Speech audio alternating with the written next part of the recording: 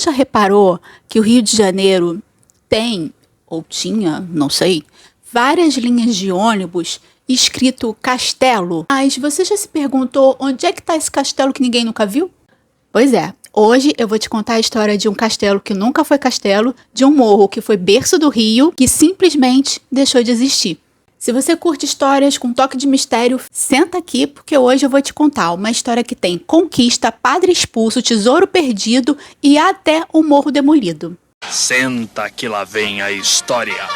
Lá no século XVI, depois da fundação do Rio, que aconteceu lá no Morro Cara de Cão, na Urca, os portugueses, após 2 anos de batalha, resolveram mudar de lugar. Por sinal, tem um vídeo aqui que conta a história da fundação do Rio de Janeiro, que eu vou deixar aqui em algum canto para você poder assistir. E aí eles foram para o Morro do Descanso, que depois passou a se chamar Morro São Sebastião e depois passou a se chamar Morro do Castelo. Mas por causa de que esse nome? Porque lá nesse morro foi construída a Fortaleza de Santiago, que tinha um visual parecido com a de um castelo europeu. Pronto, bastou isso para o nome pegar. Por que os portugueses decidiram migrar do ponto inicial lá no Morro da Urca para o Morro do Castelo no centro do Rio? Parece que os tamoios, eles tinham um certo receio de pisar nesse morro, uma coisa meio espiritual. Então, de forma estratégica, os portugueses decidiram se mudar para poder ficar mais protegidos. Se situa na geografia. O morro ficava por ali naquela região onde hoje é a Avenida Rio Branco, a Rua Santa Luzia, a Rua México, a Rua São José e a Ladeira da Misericórdia. Naquela área que hoje a gente chama de centro do Rio. Já no século XVII, os jesuítas começaram a dominar o morro. Tinha igreja, tinha escola, toda uma estrutura de poder que começou a incomodar a coroa. Isso não era só no Morro do Castelo não, tá? Em vários pontos do Brasil aconteceu a mesma situação. Como é qualquer semelhança, não é mera coincidência, né? Dominação, dominar...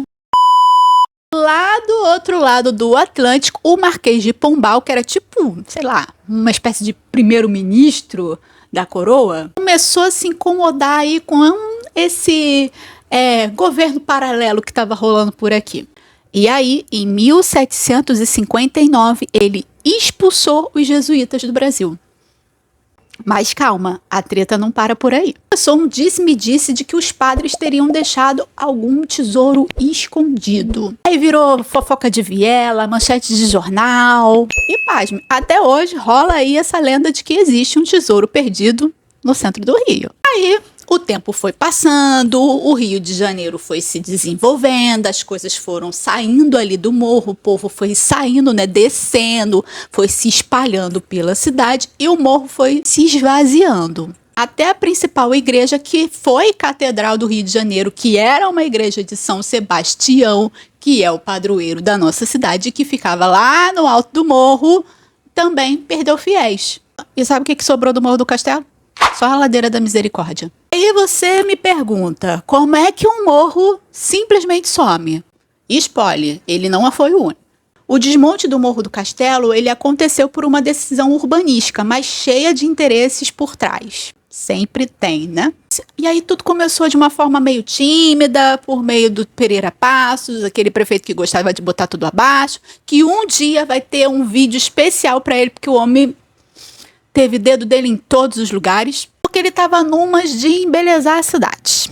Tanto que ele abriu a Avenida Central, a Avenida Rio Branco. Mas foco, vamos focar. Mas quem deu o golpe final no Morro do Castelo foi o Carlos Sampaio, em 1920. Ele dizia que o morro era insalubre e precisava ser removido. Mas por trás da desculpa sanitária existia outro motivo: a especulação imobiliária. Aquela região estava super valorizada porque já tinha começado o projeto das obras para a exposição do centenário da independência que iria acontecer em 1922. E aí, como é que se derruba um morro? Com jatos de água de alta pressão. Foi feito com toda aquela terra que, né, foram derrubando o morro. Como eu disse, foi derrubado em etapas, né, em anos diferentes, períodos diferentes. Mas toda essa terra foi utilizada, né? Que nada se cria, tudo se transforma. E aí essa terra foi distribuída para o Aterro do Flamengo, aquelas pedras, né, que forma tipo um cais assim, Morro do Castelo. aterro no Morro da Urca, né? Para construção do bairro do Morro da Urca. Morro do Castelo. Lagoa Rodrigo de Freitas. Morro do Castelo. É o aeroporto Santos Dumont. O que fizeram com os marcos da cidade, né? Os marcos de fundação da cidade, que já foram transferidos do Morro Cara de Cão para o Morro do Castelo.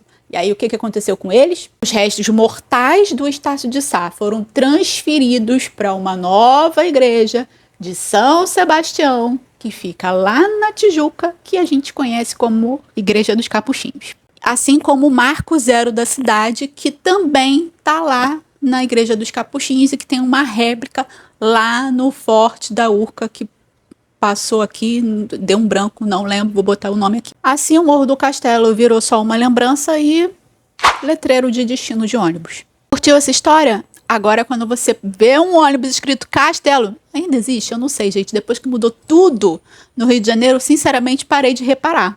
Não existe mais aquela micro rodoviária ali no Castelo. Não sei, mas se você ainda vê algum ônibus escrito Castelo, você já sabe que não é um castelo, e sim a memória do Rio de Janeiro que foi apagada.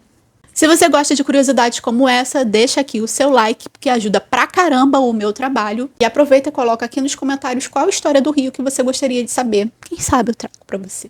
E aproveita e compartilha com seus amigos que gostam de uma fofoca histórica. A gente se vê no próximo vídeo. Um beijo e tchau! Gostou? Então me valoriza. Deixe seu like e não esqueça de se inscrever no canal.